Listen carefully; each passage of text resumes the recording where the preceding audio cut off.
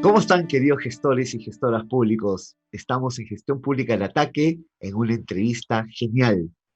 Hoy conversaremos con Alberto Vergara Paniagua, un profesor de la Universidad del Pacífico. Él es PhD en Ciencia Política por la Universidad de Montreal. Además, ha sido becado doctoralmente por la Fundación Trudeau. Es máster en Ciencias Políticas por la Universidad Libre de Bruselas y bachiller en Derecho de la Universidad Católica del Perú.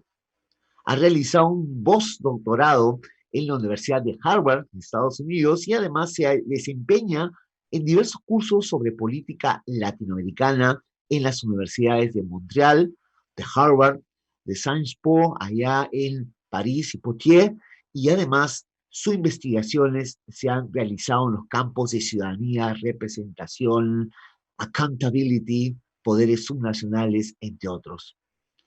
Ha investigado diferentes temas para Latino American Research Review, para la Journal of Democracy, Journal and Politics in América Latina, entre otras, y es autor de libros tales como La danza hostil, Poderes subnacionales y el Estado central en Bolivia y en Perú, un libro delicioso de cómo han sido las dinámicas sociales en Bolivia y en Perú, y además es autor de Ni amnésicos ni irracionales, otro libro que trata sobre las elecciones del 2006 desde una perspectiva histórica. Hace poco ha publicado otro libro extraordinario llamado Ciudadanos sin República, donde recoge los artículos que ha escrito en diferentes medios en los últimos años. Tenemos a Alberto Vergara Paniagua con nosotros y aquí está la entrevista que le hicimos. Alberto, empezamos. Dale. Mira, algo que me impactó fue ese subtítulo que le pones ahí a tu Aleph, que me encanta. Me encanta Borges, particularmente al Aleph, que es uno de sus cuentos más conocidos, creo yo. Ese momento que te transporta a todo, como el Nirvana. Y cuando citas a William Blake y nos dices expect poison from the standing water, no esperes sino veneno de las aguas estancadas. Y eso de aguas estancadas lo hace referencia a que hay este equilibrio institucional donde se acepta que cada ciudadano debe velar por sí mismo, es decir, sálvese quien pueda. Ahora creo que en el Perú hay una lógica de sálvate, que nadie te va a salvar a ti. Entonces, si había en la Revolución Francesa esas cosas de libertad, igualdad y fraternidad, creo que la fraternidad, como que no has encontrado en el Perú. No sé si esa es la lectura que tú le has querido dar, lo vemos en términos de desigualdad, o si queramos hablarlo más diplomáticamente como inclusión, y cómo se refleja esto en la hora actual. Eh, sí, yo creo que es eso, ¿no?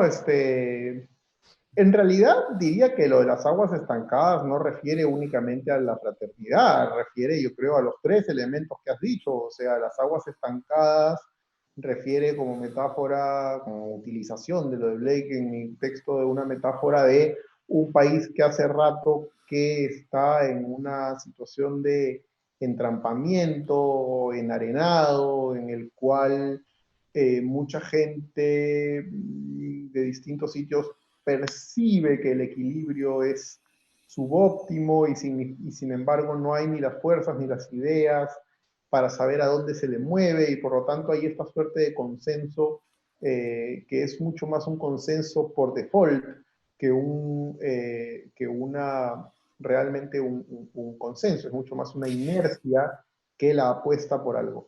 Y entonces, y esa inercia es una inercia, vamos a llamarle institucional, pero también hay dimensiones de otro tipo, ¿no? Pero yo diría que es básicamente institucional, que hace que todo casi esté sumido en esta inercia que hace mucho tiempo nos lleva por un deterioro gradual, diría yo, y que por lo tanto no permite ni la expansión de la libertad, ni de la igualdad, ni la fraternidad, porque lo va tocando todo, lo va... Pero, a ver, pero entrampamiento, inercia, o es que sigue siendo el Perú posibilidad, como diría Víctor Andrés Belaúnde. Porque si el otro día, a propósito de la independencia, hacía una lectura suelta sobre algunos estadios de la independencia, algunas anécdotas a propósito de ella. Tú sabes que la proclamación de la independencia se hizo en varios lugares, ¿no? Sí, claro. Y citan por ahí un historiador que hubo un lugar donde citaron a las autoridades, a los notables, pero no citaron a las comunidades nativas. Entonces, los apus de las comunidades nativas, no sé si conoces ese momento, esa referencia histórica, que es muy interesante, eh, se quejaron y dijeron, nosotros queremos participar de la declaración de la independencia y dijeron que no podían contestarles que tenían que hacer su trámite frente al novísimo Ministerio de Relaciones Exteriores. Estamos hablando 1821, lugar, el año en que nace también el Ministerio de Relaciones Exteriores en nuestro país, porque nace junto con la independencia.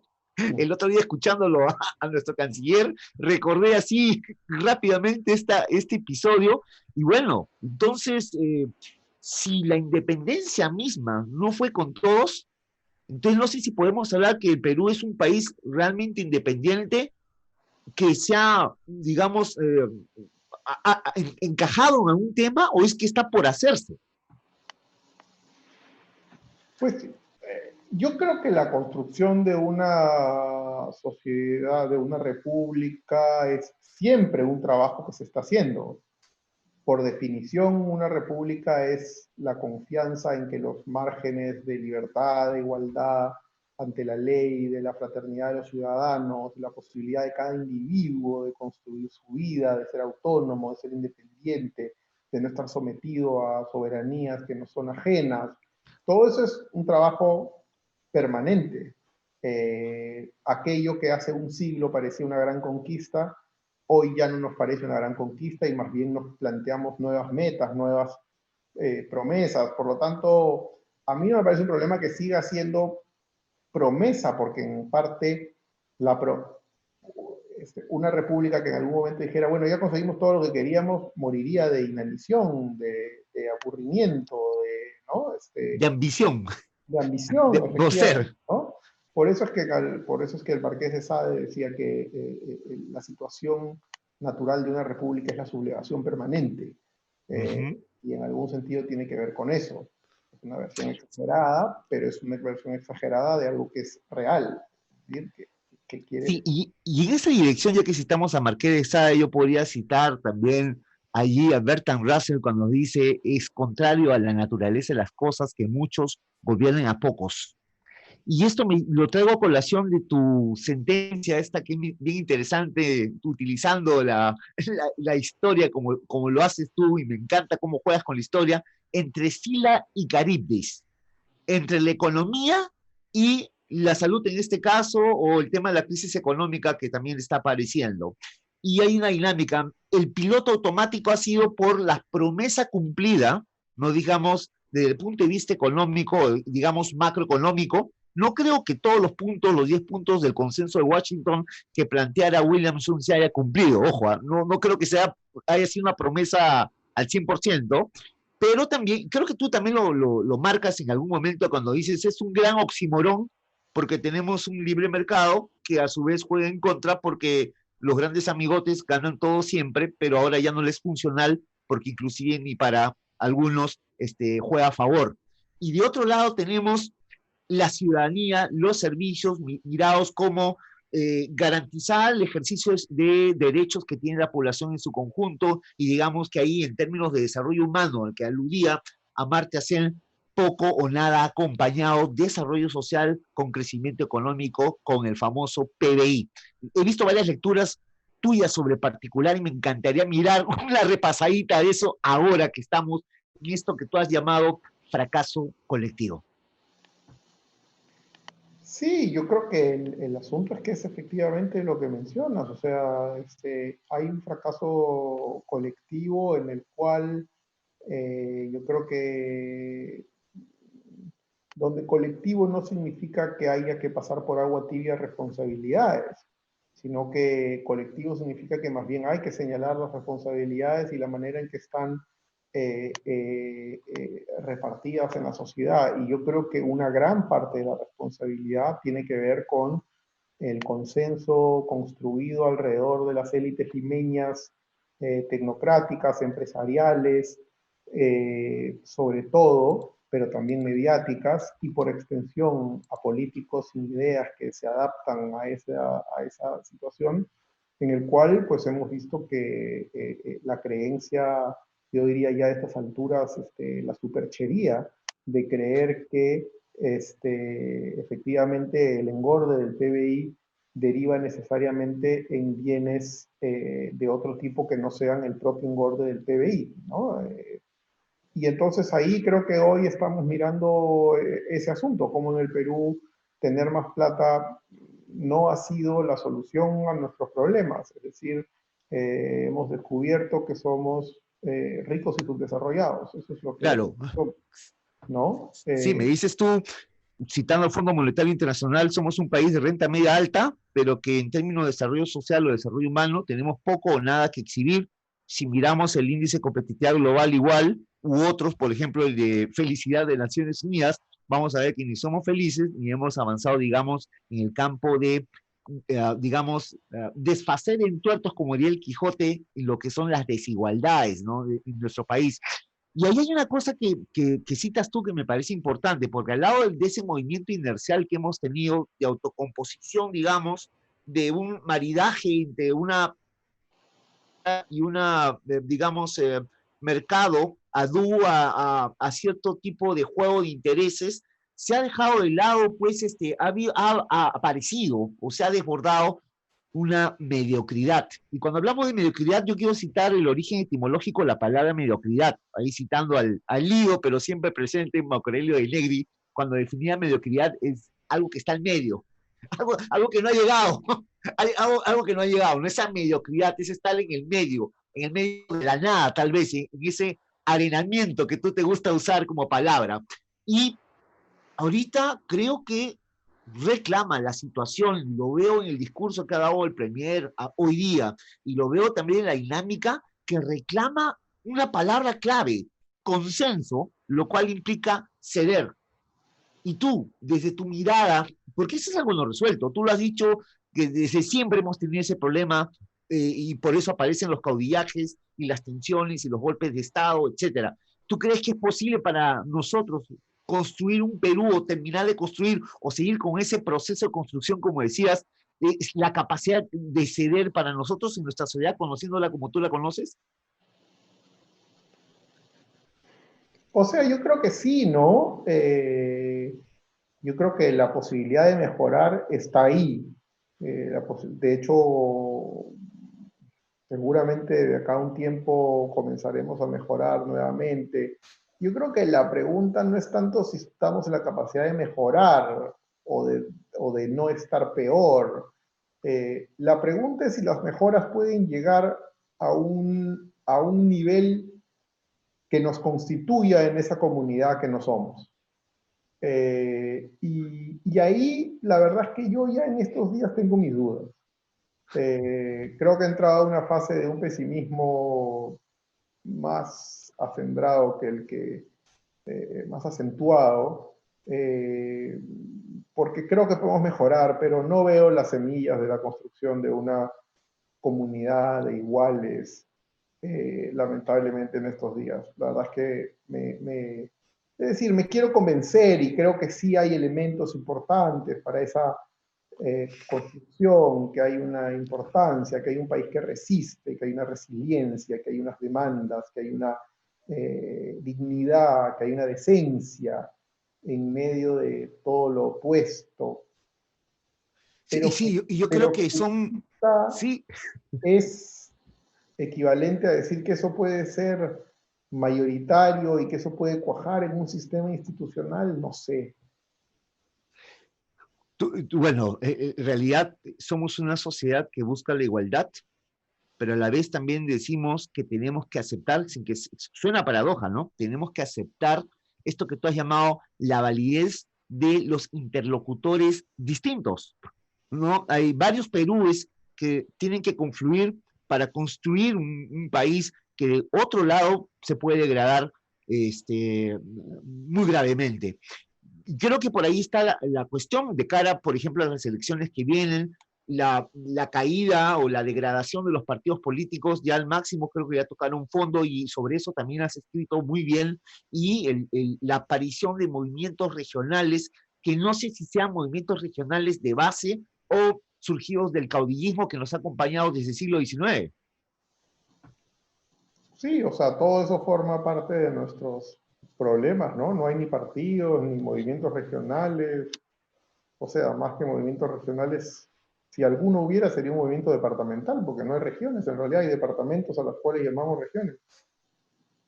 Y sobre la base de eso, ya para terminar, Alberto, y agradeciéndote, yo sé que estás muy ocupado, esto es un video que van a ver muchos gestores públicos a nivel nacional. Alberto Vergara, tuvimos la oportunidad de conocernos en combate, como decimos amigos, ahí trabajando el tema de la descentralización en Perú, que es una cosa tan complicada. Y ahora, Alberto, no sé si sabes, pero las los departamentos, las provincias aplauden la centralización. Están recuperando el nivel nacional algunas cosas como salud, ¿no? El manejo de la salud por ciertas incapacidades o falta de gestión pública en los planos subnacionales. Bueno, yo tengo mis Ya, dudas que alguna vez hayan pedido la descentralización. ahí hay un problema, ¿no? Yo creo que la gente lo que ha querido siempre es el, los niveles de servicios que hay en Lima, la riqueza que se ve en Lima, pero la descentralización como demanda política de regiones que quieren autogobernarse, yo no creo que haya existido de una manera realmente, tal vez existió en alguna época, en el sur peruano sobre todo, ¿no? Pero yo ahí, más bien me alineo con mi papá, que publicó este libro que se llama Cuando la voluntad general se equivoca, que dice la descentralización es fundamentalmente un sentimiento de culpa que se gesta en Miraflores, eh, y mucho más que una demanda de reivindicación. Acuérdate, cuando Fujimori disolvió el 5 de abril los gobiernos regionales que existían, también aplaudieron, y nunca se han querido los departamentos aunar en regiones, más bien los subcentralismos, el centralismo del Cusco respecto de su departamento, de Arequipa respecto del sur, son peores que los de Lima respecto del país, y nunca han querido, nunca ha habido una real voluntad de juntarse. Entonces, a mí no me sorprende absolutamente nada que hoy día estén pidiendo que el gobierno central se lleve las atribuciones. Durante muchos años el gobierno central ya lo ha estado haciendo por debajo de la mesa con gobernantes regionales que decían, ya, llévate esto, pero no me hagas roche, no lo hagas público, pero por favor tú ocúpate de esto, de lo otro, porque no tengo las capacidades. Así ha sido hace mucho. De hecho, con mi papá hemos conversado años, decíamos, pucha, cuál será la gran crisis que acabe con este sinsentido? Y no la veíamos. ¿Cuál sería? Y yo creo que está llegando, pues, puede ser esta, ¿no? Lo que pasa es que tengo la impresión que tenemos un presidente que ha sido gobernador regional, entonces no sé si tiene el ánimo de, de, de realmente meterle una reforma profunda a esto, ¿no? Y yo creo que ahí hay un elemento más que quizás para terminar podríamos abordar, y es el tema de la ciudadanía. O sea, en el Perú tenemos ciudadanos, una ciudadanía activa, una ciudadanía que pueda hacer el contrapeso medido o exigido para conducir, digamos, o exigir una conducta política diferente, más programática, más consciente, más centrada en políticas públicas por parte de los partidos políticos y del propio gobierno, una ciudadanía que permita controlar y exigir rendición de cuentas, porque creo que también en eso estamos un proceso de cultivo, no sé si decirlo así. Es más, el Estado y las intervenciones del Estado están totalmente divorciadas y fracturadas de lo que está haciendo la población en este momento para defenderse, autodefenderse o sobrevivir a la crisis. O sea, las ollas comunes, organización popular, no interactúa con ningún programa social. Esas fracturas se están viendo ahora pero vemos que hay un caldo de cultivo, hay organización popular, las comunidades nativas y campesinas también lo han hecho con relativo éxito frente al COVID o frente al tema de la seguridad alimentaria que ahora asola nuestro país. ¿Cómo ves tú, cómo mides la temperatura, cómo ideas la temperatura de la calidad de ciudadanía activa que tenemos o del avance de la ciudadanía activa que tenemos aquí en el Perú? Mira, yo creo que tenemos tengo la impresión que en los últimos años hubo una mejora en la construcción ciudadana. Creo que el hecho de que nuestros ciudadanos tuvieran la posibilidad de tanta gente salir de la pobreza, yo creo que en eso yo no soy nada católico, yo no creo que exista la ciudadanía en la pobreza, yo creo que la ciudadanía, un elemento fundamental es que tengas plata en tu billetera para ser autónomo. Hay una ciudadanía material que es absolutamente fundamental, que no es ni remotamente suficiente. La ciudadanía es un pacto con el gobierno, con el Estado, y por lo tanto tiene otras dimensiones. Creo que la dimensión en la que se mejoró más en los últimos años fue la dimensión política de la ciudadanía. Ciudadanos que vienen votando ininterrumpidamente desde el año 80, más allá de que haya habido elecciones que no eran ni transparentes ni justas en la época de Fujimori, pero finalmente no se ha dejado de votar y eso te genera un aprendizaje, la gente sabe votar, no ha dejado de votar nunca por sus alcaldes desde los tiempos en adelante.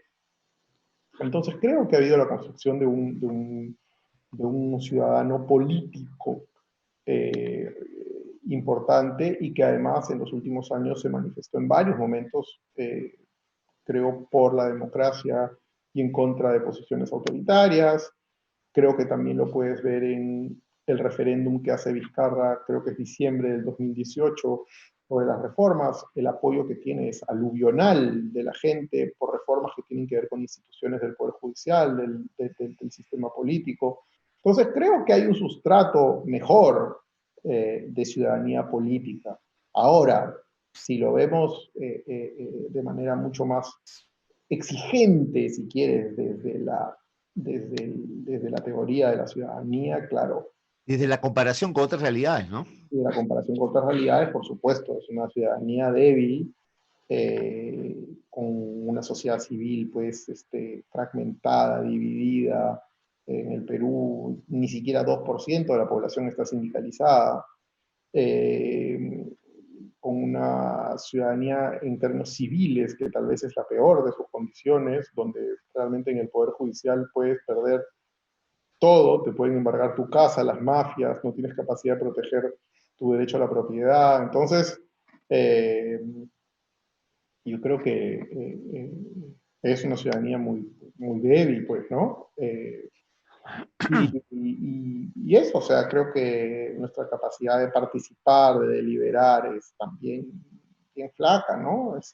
Entonces, eso, Es ahora, una, claro, pero y eso es creo que las cosas pues van cambiando con el tiempo. Sin embargo, si hubieras tomado una foto al Perú en 1950 y hubieras pensado en tener las condiciones que tenías hace 6 meses, dirías, man, ya qué país tan, qué salto que pegó, ¿no? Ya no hay feudos en el país, ya no hay pongos, ya no hay señores feudales, eh, ya no hay la miseria que había en proporciones semejantes. Entonces, pero hoy yo mucho me temo que si algo inclinaba en algún sentido a un ciudadano político limitado, pero finalmente preocupado con algunas cosas del mediano plazo, tenía que ver con un mínimo de prosperidad conseguida. pero, sí, Creo que lo que Alberto, ocurre pero con esta ahí, sí, crisis ahí es agregaría algo, o sea, pero ya no hay hay una tampoco, autorización terrible, ¿no? ya no hay tampoco la inteligencia que teníamos. Hoy en día veo que los intelectuales, aquellos que puedan proponer ideas, crear espacios de discusión y discursos de acción, también se ha reducido a la mínima expresión y decididamente no los encontramos en los canales, en los medios de comunicación masiva. Y eso es lo que me preocupa a mí, por ejemplo, ¿no? No hay movimientos ni inteligencias tampoco regionales como lo era, por ejemplo, el grupo Orcopata en Puno, ¿no? que pudieron impulsar también procesos de cambio muy interesantes en todo el país y en América Latina. Y yo ahí lo veo con bastante, no sé si esa inteligencia se ha refugiado en conductas lo que tú has dado en llamar tecnocráticas, ¿no? Que son finalmente los que están manejando el Perú y lo están colocando, digamos, hacen la función de piloto automático. Sí, puede ser que ese sea un trasvase histórico, porque yo creo que efectivamente el papel del intelectual se ha reducido en el mundo entero, o sea, no creo que sea un hecho puramente peruano. En número y en capacidad de influencia no hay pues lo que era Humberto Eco, lo que era Sartre, lo que era Octavio Paz, lo que era esos grandes redentores nacionales desde la pluma y el intelecto son un producto del siglo XX, o sea, eso se acabó. Yo creo que el equivalente del grupo Orcopata hoy día es alguien que estudia economía en Arequipa y regresa y funda una ONG y hace, ¿no? No digo que no exista, pero creo que hay más, este, tal vez Gamaliel Churata seguiría siendo Churata, Claro, Gamaliel Churata, por pero supuesto que es un gran desconocido. sí, pues, pero creo que el mundo dejó de ser ese que era el de Gamaliel y el que nosotros generacionalmente, del cual llegamos a ver un poquito, ¿no? Pero que mucho me temo, hoy día pues es un mundo mucho más práctico, lo que domina las redes es mucho más la opinión que realmente la obra, ¿no? Entonces, Y, no es una cosa solo peruana, creo, es una cosa global. sí, sí, sí, evidentemente lo vemos en varias cosas y ya no hablemos de lo global porque ahí también todo ha cambiado, ¿no? Todo ha cambiado, pero reduzcámonos a esto, ya estamos cerrando la entrevista, te agradezco la, tu, tu tiempo en primer lugar, sé No, que no, estás nada. fuera del Perú, dos cosas, una que es de curioso, de sapo, y te la hago porque me encanta esto, este, veo tus publicaciones, Ciudadanos en República, la anterior que era Irracionales y... ¿Para quién escribes, Alberto? ¿Lo haces porque es, digamos, tu tesis doctoral o de PhD o la otra que hiciste que lo has convertido en libro? ¿O escribes? ¿Para qué escribes? ¿A quiénes le escribes? ¿Qué es lo que buscas, digamos, generar como impacto o no piensas en eso? ¿Lo haces porque es una necesidad vital? No, yo creo que, bueno, son dos cosas. Yo diría que tengo una vida escindida en dos, en términos de para quién escribo. En el mundo académico escribo para los académicos, usualmente en inglés, en revistas que leen con las justas cuatro personas, y cuyo impacto en la vida real es ninguno. Eso es una vida marginal. Yo siempre cuento, además, por ejemplo, yo tengo un libro que se llama La danza hostil, que es una comparación Sí, histórica de la construcción de relaciones institucionales entre el Estado central y la periferia en Perú, Bolivia. Me tomó 8 años, hice 130 entrevistas, trabajo de archivo, no sé qué. Nadie cita ese libro, nadie lo lee, nadie lo conoce, y pues ahí está, ¿no? Bueno, me alegro que tú pero es me normal. gustaría hacerte una pregunta sobre eso también, pero Pero es normal porque es trabajo académico, denso, aburrido, ¿no? Entonces esa es una parte. Ahora, luego está lo otro se escribe para, ahí llegó, pero te voy a cerrar la puerta porque, sí, no te preocupes, no te preocupes. eh, Pero igual, ¿ah? Igual.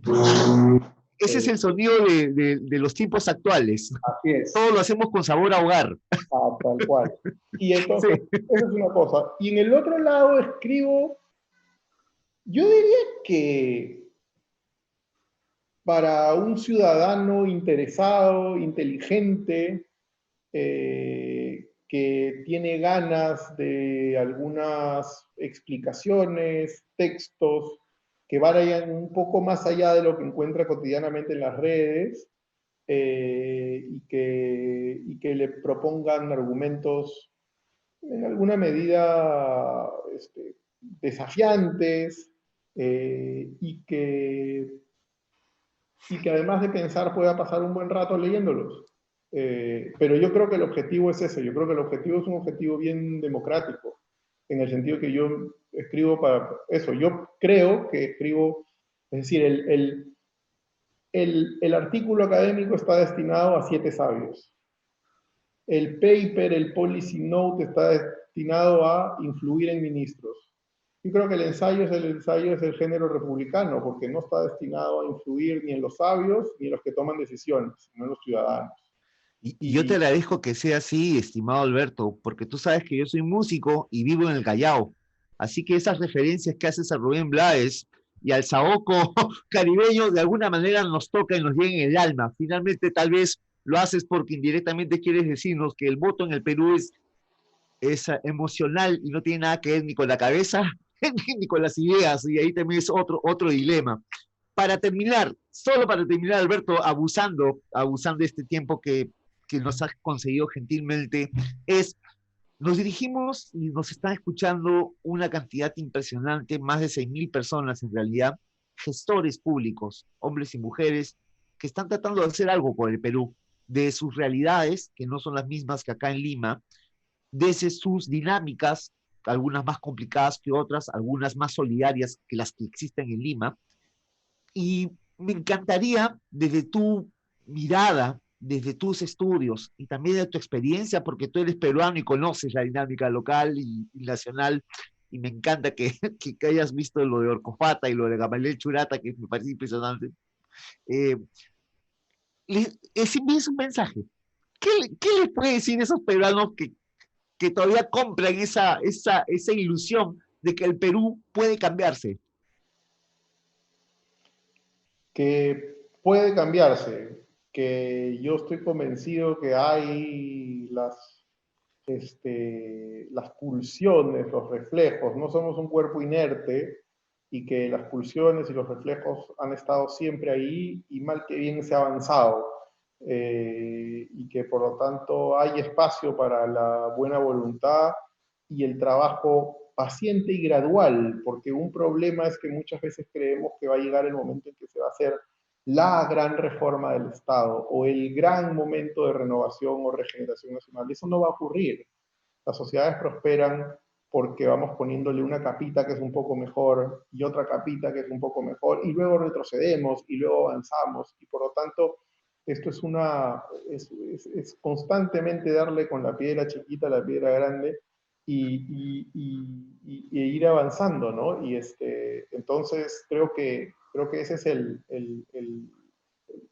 lo que tenemos que eh, movilizar y creo que también eh, la necesidad de tratar de, creo que algo para poder avanzar en esa dirección es, creo que todos tenemos en el Perú de alguna manera que no sumar,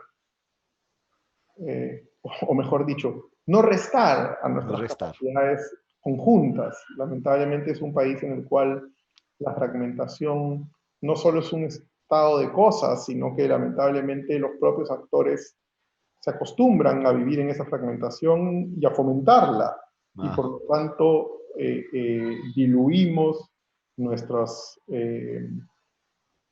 esfuerzos, ¿no? Yo creo que lo vemos ahora, o sea, vamos a tener 24 o 20, no sé cuántas candidaturas presidenciales, porque, no, no puede ser eso. bueno, Salvador del Solar ha dado un ejemplo bien impresionante de alguien que dice, no quiero sumarme a esta dinámica en el cual todo el mundo se juega el guachito por sí mismo, pensemos en algo más grande. Yo creo que ese es un gran Sí, ejemplo, sí. y que hay que replicar a todos los niveles. Por lo tanto, eso implica a todos los gestores que mencionas, que por su misma naturaleza pues están en la vida pública y participan de alguna manera en la vida política. Eh, Tratemos de sumar, ¿no?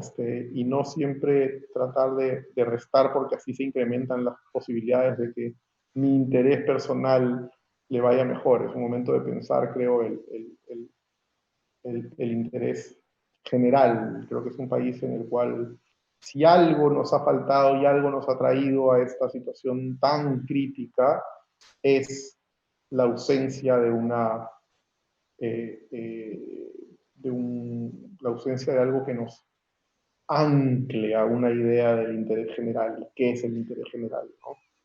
Y Alberto, yo te doy las gracias. Me he preparado muchísimo, no tienes idea, y más difícil ha sido conseguir cómo conectarme con Alberto Vergara. Es como si hubiera tocado el cielo, estoy emocionado en este momento. Somos amigos de años, pero es muy difícil llegar a ti. Yo te doy las gracias.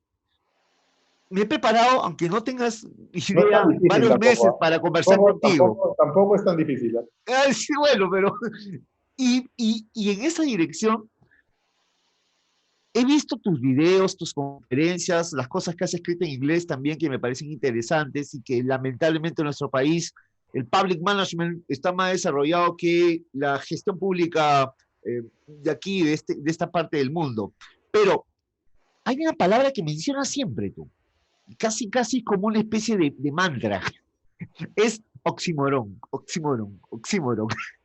El Perú es, yo digo, he llegado a pensar que para Alberto Vergara el Perú es un gran oxímoron. Y si tú me quisieras decir, bueno, esta es una figura retórica para los que no saben, hay dos palabras que tienen significados opuestos y que lo juntan, ¿no? Seco húmedo, eso es un oxímoron, ¿no? Es una figura literaria.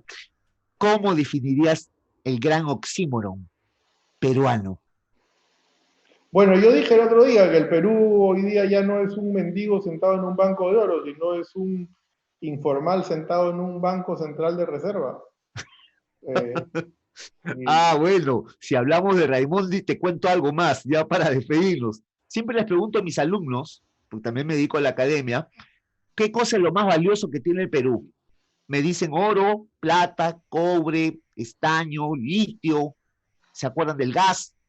Por ahí sigo preguntando, ¿qué más tenemos de valioso? Y me siguen diciendo recursos naturales. Hay alguno que se acuerda hasta del guano, las heces de los las aves marinas que tiene nuestro querido país. Por ahí a alguien se le prende la lamparita y dice, nosotros somos lo más valioso que tiene el Perú. Y le digo, respuesta correcta. Y creo que ahí nuestro sabio se equivocó. Se equivocó. Lo más valioso que tiene el Perú es su gente. Y creo que por ahí está el hilito que podemos desatar para mirar un país tal vez diferente al que sufrimos en la Pero actualidad, que nos han pero al que queremos. enseñado, lamentablemente, nos han enseñado a pensar eso. Pues yo también muchas veces cuando enseño en el Perú, veo alumnos que me dicen, sí, que tal política, sí, sí, es beneficiosa para el Perú. Y también dicen, sí, pero podría ser, no le conviene a la gente tal política, pero es beneficiosa para el país. Y digo, ¿y entonces qué es el país? No, pero es Claro. beneficiosa, significa que es beneficiosa para el PBI. Y entonces hay esta identificación entre PBI, economía y país, que pues, forma parte de esas anteojeras que reducen nuestra capacidad de comprender y en la medida en que reducen nuestra capacidad de comprender, también reducen la capacidad de mejorar, ¿no? Gracias, Alberto.